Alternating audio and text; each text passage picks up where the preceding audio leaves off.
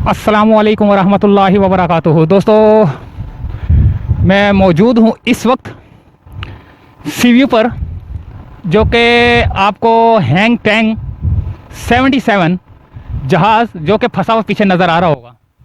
तो इस जहाज़ के बारे में मुकम्मल इंफॉर्मेशन, मुकम्मल डिटेल, बिल्कुल पूरी की पूरी डिटेल जो है ना आपको मास्टर आई चैनल पे जो है ना आज मिलेगी।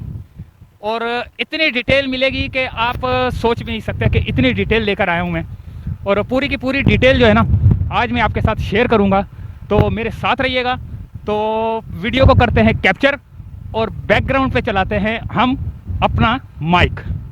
तो देखते हैं कि क्या इन्फॉर्मेशन है हमारे पास।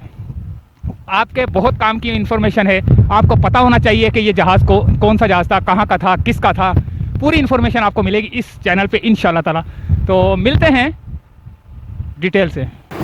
ये जहाज़ सिंगापुर से चला 2.5 नॉट के ऊपर, ठीक है। हालांकि इसको जो है ना 12 नॉट के ऊपर होना चाहिए था, कि इंजन की पोजीशन 12 नॉट के ऊपर होनी चाहिए थी, तब ये इस जहाज़ को जो है ना ये खींच सकता था।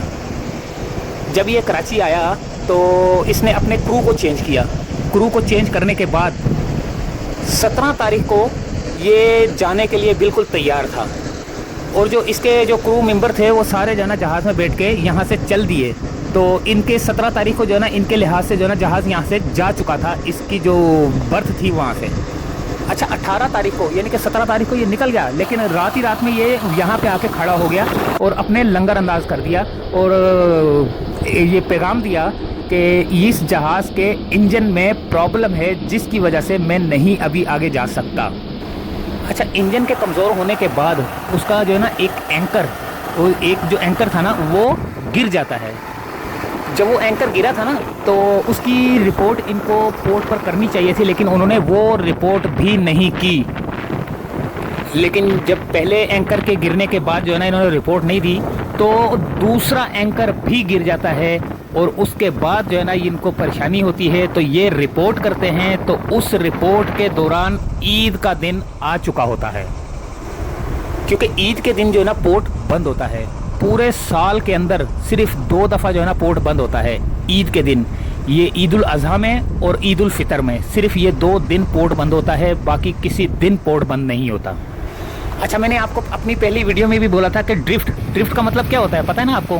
घुमाना, टर्न मारना, वो करना, स्किड करना। तो ये अपने जहाज़ को ड्रिफ्ट कर रहा था और इसने ड्रिफ्ट कर लिया था। जब ये ड्रिफ्ट कर चुका तो ये शैलो वाटर में आ चुके थे, ठीक है। उस वक्त ये फंस चुका था, क्योंकि इसके जो मालिक है ना वो उसकी बहुत बड़ी गलती है, जिसकी वजह से ये जहाज़ फंसा। और जो केपीटी के मेंबरान हैं, चेयरमैन वगैरह हैं, जो भी हैं ना, तो उन्होंने जो है ना इसको ऑर्डर कर दिया है कि इसके अंदर जितना भी तेल है, क्योंकि इसके अंदर जो है ना 100 से 125 यानी कि 125 या 140 टन के करीब जो है ना इसके अंदर तेल है।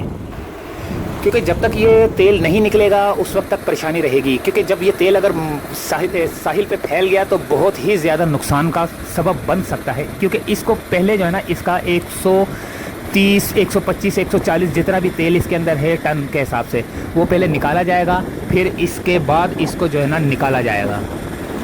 क्योंकि आज तारीख है 27 है मेरे ख्याल से, और ये जहाज़ 15 तारीख से पहले नहीं निकल सकता किसी भी सूरत में।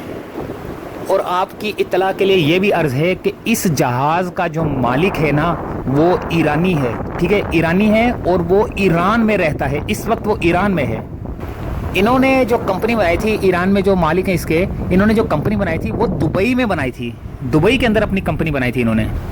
उस कंपनी का नाम है PNI। उसको जो है ना ट्रेस किया जा रहा है कि वो कहाँ पर है।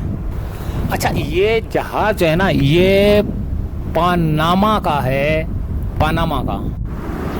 अच्छा, इस जहाज़ की लंबाई जो इसकी लंबाई है वो है 98 मीटर लेंथ है इसकी, ठीक है। और 20 मीटर वाइड है, यानी कि चौड़ाई में 20 मीटर है। और ये 2010 के अंदर जो है ना बिल्ट हुआ था, यानी कि बना था, तैयार हुआ था। और इसकी कैपेसिटी जो है ना 3600 डेड वेट टोनेज है, ठीक है। ये इसका ताल्लुक जो है ना हांगकांग बेस्ड शिपिंग से है, जो कि कंपनी है फ्लैग पानामा की। ये आप लोगों की इत्तला देनी थी आप लोगों को। अच्छा, इस के जहाज़ का जो है पानामा का वो जो है ना, उसको ये शिपिंग वाले जो है ना, डीजी शिपिंग जो है ना, उन्होंने जो है ना नोटिस दे दिया है इनको कि फटाफट जो है ना इसके ऊपर कार्रवाई करें। और इसके जो है ना जो पानामा वाले हैं, इनको जो है ना ये एक और नोटिस भी दिया गया है कि इसके मालिक को फटाफट तलाश करके फ़ौरन हमें जो है ना रिपोर्ट की जाए, और वो जो है ना जल्द से जल्द अपने बंकर को निकलवा ले यहाँ से। क्योंकि कराची पोर्ट ट्रस्ट के डीजी ने ना वो उसको 48 घंटे का टाइम दे दिया है कि फटाफट अपने जो है ना यहाँ से निकालो, वरना जो है ना ये पोर्ट जो है ना अपने जो है ना वो एस्टीमेट निकालेगी, और एस्टीमेट निकालने का इसके ऊपर जुर्माना लगाया जाएगा। अच्छा, एक और बात ये कि इसके ऊपर जिन लोगों के माल हैं उनको जो है ना मालिक ने जर्नल एवरेज जो है ना नहीं पहुँचाया। जर्नल एवरेज का मतलब ये है कि इसके ऊपर जिसका माल है वो किस किस कोस्ट पर है, कितने का है, क्या नहीं, सारी रिपोर्ट जो है ना वो अभी तक उनको नहीं पहुंचाई, जिनका ये सामान जो साल्वेज ये नहीं है, जिसका जो है ना ये कार्गो सामान जा रहा है।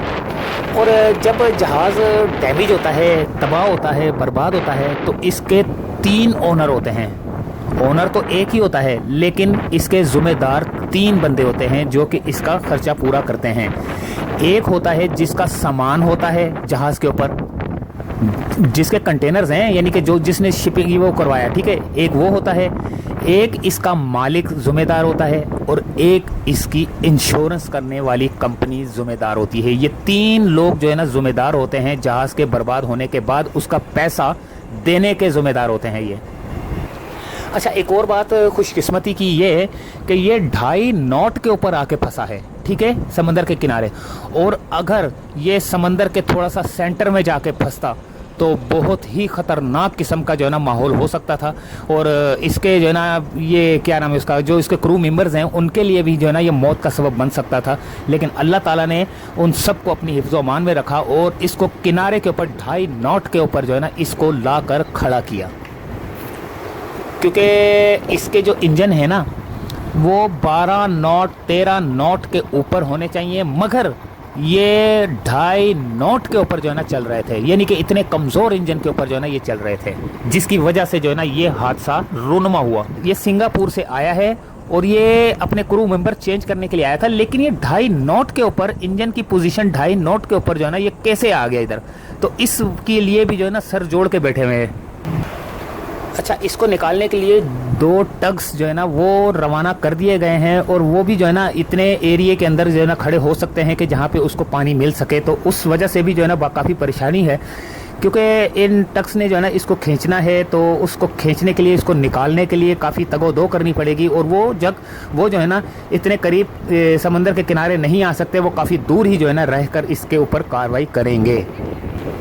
अच्छा, जो ये 2 टग्स खड़े हुए हैं, ये 1.5 मील के ऊपर जो है ना अगर आकर इसको खींचेंगे, अगर 1.5 मील के ऊपर आकर इसको खींचेंगे, क्योंकि अभी तो ये 2 मील के फासले पर खड़े हुए हैं, और अगर ये 1.5 मील के फासले पर आकर इसको खींचेंगे तो जो इसके रस्से वस्से जो लगाएंगे, तो उसके बारे में ये कहते हैं कि वो उसको 1.5 मील के फासले से नहीं खींच सकेगा, यानी कि दोनों जो जहाज़ होंगे वो उसको नहीं खींच सकेंगे 1.5 मील के फासले पर। और ये जो आप काम देख रहे हैं ना जो हो रहा है, ये काम इसलिए हो रहा है ताकि पानी को यहाँ पर बड़ा करके, यानी कि थोड़ा बना के, पानी की पोजीशन बना के, थोड़ा इसको गहरा करके, तो इसके ऊपर फिर कार्रवाई की जाए, वरना ये खुश्की के ऊपर धंसता चला जा रहा है, किनारे के ऊपर ये धंसता चला जा रहा है, धंसता चला जा रहा है।